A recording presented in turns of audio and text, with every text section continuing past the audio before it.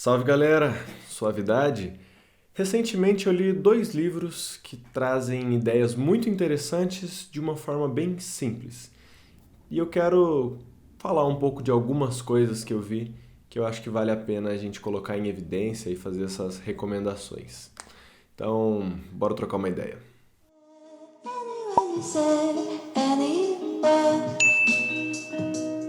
Antes de mais nada, seja muito bem-vindo ao canal Dani Ideias. Meu nome é Daniel, eu sou professor e pesquisador na área de História e aqui no canal a gente conversa sobre política, sociedade, educação. Se você acha que esses são temas importantes e interessantes, já se inscreve aí no canal, deixa aquele like. E se você tiver a intenção de me apoiar financeiramente, a gente tem uma campanha no Apoia-se e também tem aqui a possibilidade de ser membro do canal. Quem opta por patrocinar o meu trabalho aqui, tem acesso a algumas recompensas, como um podcast semanal, acesso também a um caderno que eu elaboro minhas ideias, meus estudos, enfim. Dá uma conferida aí em quais são as recompensas que você acha que vale a pena e me patrocina aí também, beleza? Valeu! Pois é, galera, os 2 livros que eu li recentemente são esses 2 livros aqui, ó. Esse daqui, Ideias para Adiar o Fim do Mundo, e esse daqui, A Vida Não é Útil. Os 2 são livros do Ailton Krenak, que é uma liderança indígena, um personagem muito importante na história do Brasil. Uma das participações importantes desse personagem para a história do Brasil é na elaboração da Constituição de 1988, a nossa Constituição atual. Ele foi uma das lideranças que lutou para que fosse incluído na nossa Constituição o direito às terras indígenas, aos respeitos às tradições dos povos nativos aqui do país. A fala dele na Constituinte, ela foi muito emblemática, uma cena onde ele se pinta de preto com uma tinta para simbolizar o luto com relação à forma como estava sendo tratado os direitos dos indígenas naquele momento, e por conta da luta dele e de outras lideranças indígenas, hoje a gente tem na nossa Constituição 2 artigos que tratam do respeito às comunidades indígenas, das terras indígenas, das tradições, enfim. Então é uma liderança importante na história do Brasil, e ele tem esses 2 livros, tem um terceiro também, que é O Amanhã Não Está à Venda. Ao longo dos livros ele trabalha diversas ideias, faz diversas reflexões, principalmente criticando a maneira como a gente se entende dentro do nosso planeta, dentro da natureza, a maneira como a gente lida com o mundo natural. E, claro, são diversas as reflexões que ele faz ao longo dessas 2 obras. Eu crivei algumas aqui, só para dar um panorama, para ter um pontapé nessa discussão. A ideia é dar mais ou menos a direção do que é comentado nessas obras, para que vocês tenham interesse de ler a obra por vocês mesmos e entrar em contato com essas ideias que, no meu entender, são muito importantes, principalmente no momento em que a gente está vivendo de pandemia, de crise climática. Eu acho que vale muito a pena ouvir a voz de alguém que está diretamente ligado aos primeiros povos que ocuparam aqui o nosso território e a maneira como esses povos, essa tradição pensa a relação do homem com a natureza. Enfim, vamos aos tópicos aqui que eu elenquei. O primeiro ponto que eu acho legal tratar é uma crítica que ele faz a essa noção moderna que a gente tem de que o ser humano é uma coisa e a natureza é outra, de que não existe conexão entre o ser humano e os animais, e as plantas, e ao terreno, ao rio, enfim.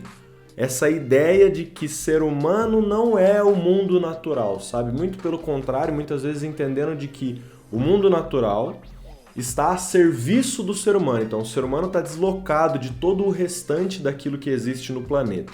Ele traz essa primeira crítica. E essa é uma crítica àquilo que a gente chama de antropoceno. Então um momento do planeta Terra onde, teoricamente, o ser humano está no centro das coisas, onde tudo gira em torno do ser humano como se ele fosse uma coisa muito importante, muito especial, perdendo a ideia de que a gente faz parte, na verdade, desse organismo gigante que é o planeta Terra.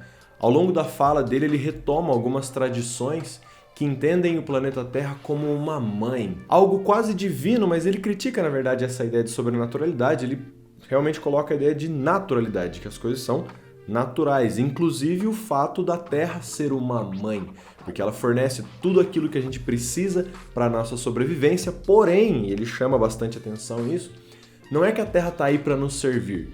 A gente precisa dela, mas ela não está ali a nosso serviço, certo? Nós somos parte desse organismo vivo que é a Terra, mas não donos desse planeta, dessa natureza. Outro ponto que eu acho válido destacar é a crítica que ele faz à modernidade e no sentido de que a gente está viciado na modernidade. A modernidade, aqui falando de maneira bem grosseira, é esse momento da história, especificamente da história humana talvez, onde a gente começa a ter grandes transformações com a industrialização, essa ideia de progresso, de crescimento, o domínio da técnica, certo? Esse momento que a gente tem principalmente a partir da Revolução Industrial, mas não apenas a partir da Revolução Industrial. Quem quiser pensar um pouco melhor a respeito desse conceito de modernidade e tudo mais, eu indico uma obra do Marshall Berman, que é Tudo que é sólido desmancha no ar. É uma frase do Karl Marx, mas ele nessa obra ele pega várias obras, vários textos que ele entende como fundamentais para compreender a modernidade. Vale muito a pena. E um dos pontos que ele indica para caracterizar esse vício em modernidade é a transformação de todo mundo em consumidor. Então é um momento onde as pessoas não são necessariamente cidadãs, não convivem necessariamente em sociedade, nem estão aqui para pensar a sociedade, mas todo mundo só quer consumir. A vida de todo mundo é ser um consumidor. E aí são diversos os problemas que isso traz, mas um deles é a gente forma pessoas que pensam ser donas de tudo aquilo que existe, porque, eu sou consumidor e o consumidor é um cliente, o cliente tem sempre razão, então eu sempre tenho razão e tudo que existe no mundo tem que me servir. Cria uma geração de pessoas mimadas e mesquinhas que só pensam em consumir e acreditam que tudo que está ao redor está ali para servir a elas. Esse é o primeiro problema. O segundo é que, uma vez que o consumo é a razão de vida, uma vez que o consumo é a razão da existência, para que as pessoas possam consumir, é necessário exaurir aquilo que, dentro do sistema atual, a gente chama de recursos. Então você tem que extrair o máximo de recursos possíveis para gerar produtos, para que esses produtos sejam comercializados e, por sua vez, consumidos. E nesse processo a gente exaure tudo aquilo que a gente tem de natureza e assim, ad infinitum. Quanto mais explorar a natureza, mais produtos terão, mais coisas para se vender, mais coisas para se consumir. E é claro, nesse processo você destrói tudo aquilo que existe no planeta Terra, que é o que a gente vê acontecendo em escalas cada vez maiores, aí gerando crise climática, enfim, uma série de problemas. Além disso, essa sociedade viciada em modernidade, viciada em transformação, viciada em consumo, viciada em técnica, faz com que o valor da vida esteja necessariamente atrelado à capacidade de produzir e de consumir. Então, se um indivíduo ou se uma comunidade não está dentro desse sistema, não está ali produzindo pra caramba ou consumindo pra caramba, ela não tem sentido nessa sociedade e ela vai necessariamente ser excluída. Então, uma comunidade que pensa diferente, uma comunidade que entende que a vida não é produzir e consumir em sua essência, mas que a vida talvez seja dançar, cantar, criar artisticamente, ela vai ser excluída dessa organização social. Ela vai ser colocada na marginalidade e, de preferência, até mesmo extinguida, porque se ela não vai produzir nem consumir, então ela não serve. E aí, é claro, além de tecer essas e diversas outras críticas, ele aponta para algumas soluções que ele enxerga, só que essas soluções não são passes de mágica. Retomando as tradições dos Krenak e de outros povos indígenas, não só aqui da região da América do Sul, mas conversando com populações que também foram invadidas por esse progresso ocidental, ele sugere a radical ideia de desacelerar, de decrescer, de explorar menos, de produzir menos, de trabalhar menos, de consumir menos, de dar espaço para o silêncio, de dar espaço para a calma, de se dar o direito de dançar, de se dar o direito de cantar, de se dar o direito de não estar toda hora pensando em produzir e em consumir, enfim, de romper com essa modernidade, de retomar outros valores, de se enxergar não como centro do mundo, mas como parte do mundo, de entender principalmente o ser humano